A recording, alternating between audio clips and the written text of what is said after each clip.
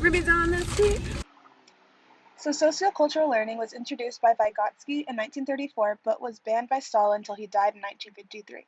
In 1978, his work became truly known, defining his theory as one that states a learner's environment plays a pivotal role in his or her learning environment. The three key themes of this is culture, which is created through the use of symbols and tools, language, which is learned through social events and situations, and the zone of proximal development, which is the gap between learners' potential through activities and the development that is actually taking place. So, applying the theory. The theory realizes the effect that peers have on a student's learning and the way they acquire information. So, there are a few ways that you can do this inside of the classroom, which is by emphasizing and forming relationships between the teacher, students, and peers in order to enhance their learning. Incorporating learning goals that encourage social interaction between the students, and implementing activities and lessons that require teamwork, discussion, and observation between the students. Hey guys, I'm Brielle. And I'm Lydia. And this is Roomies on the Street. Today we're going to be talking about the differences between me and Brielle based on where she lives and where I live. So Brielle, where are you from? I'm from San Antonio, Texas. And I'm from St. Louis area, but really Illinois.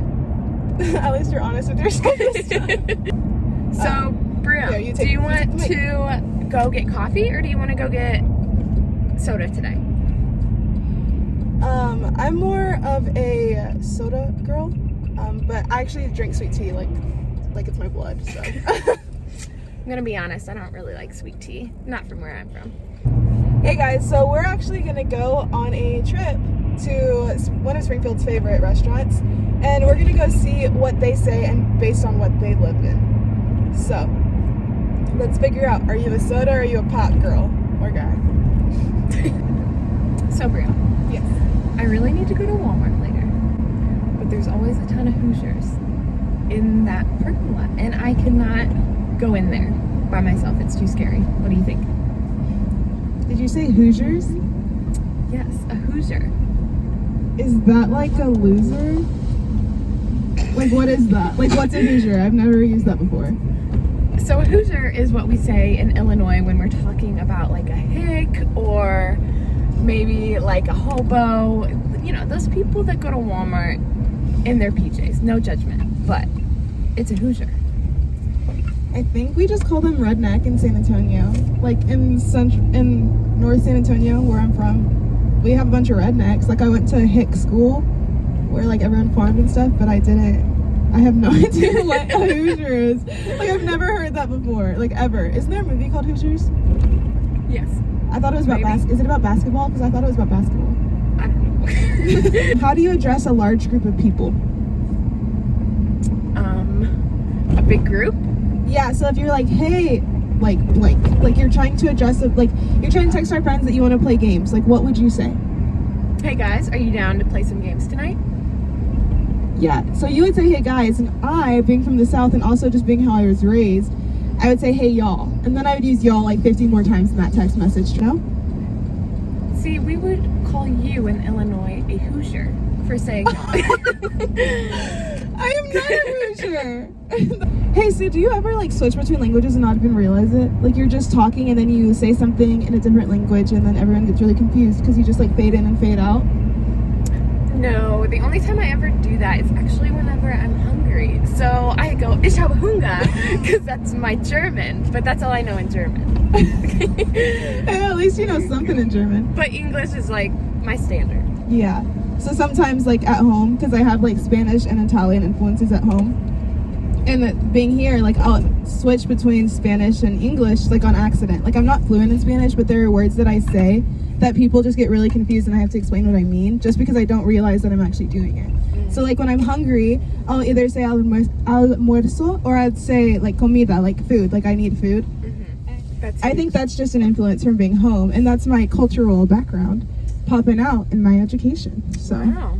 Yeah. Very neat. Thank you. So we're actually now here at the Chick-fil-A drive-thru. Maddie, come down. Maddie, where are you from? Springfield, Missouri. Springfield, Missouri. And do you say soda or pop? Soda? She says soda. She's normal. Yeah, normal people. Hey, who's that? Jacob. Mr. Jacob? Where are you from? Kansas City. He's from Kansas City, like my best friend Tate. All right. And do you say soda or pop? Soda. He says soda too. Wow. Getting a lot of soda boys. Kenzie, where are you from? Here. She's from Springfield. And do you say soda or pop? Interchangeable? She uses both. She's a both girl. Okay. Okay, Claudia, where are you from? Beaumont, Texas. She's from Beaumont, Texas. She's like me. I'm from San Antonio, Texas. You're from what? San Antonio. Oh, sweet. Yeah, so do you say soda or pop? Soda. She says soda. Southern girls represent. And do you say y'all? Yeah. Yeah, she says y'all. She also has red hair. I don't know if that matters, but her hair is red. Okay. Very important. I just want Dr. Hughes to laugh. Roomies on the street. So in Texas, our education, this is a good one. Our education is very like state-based. So in terms of that, like we learn Texas history at least 3 times. I learned it in high school for like half a year, Yeah. but I learned it in middle school for a whole year. So we had a whole year of just Texas history. Okay. And then in elementary school, every grade learned about Texas history. So like I know a lot more about Texas history, and we also do the Pledge of Allegiance to the Texas flag. So some people say Texas is like a cult because like I grew up saying like honor the Texas flag. I pledge allegiance to the one state under God, one and indivisible.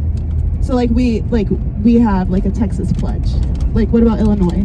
No, we pledge allegiance to the pledge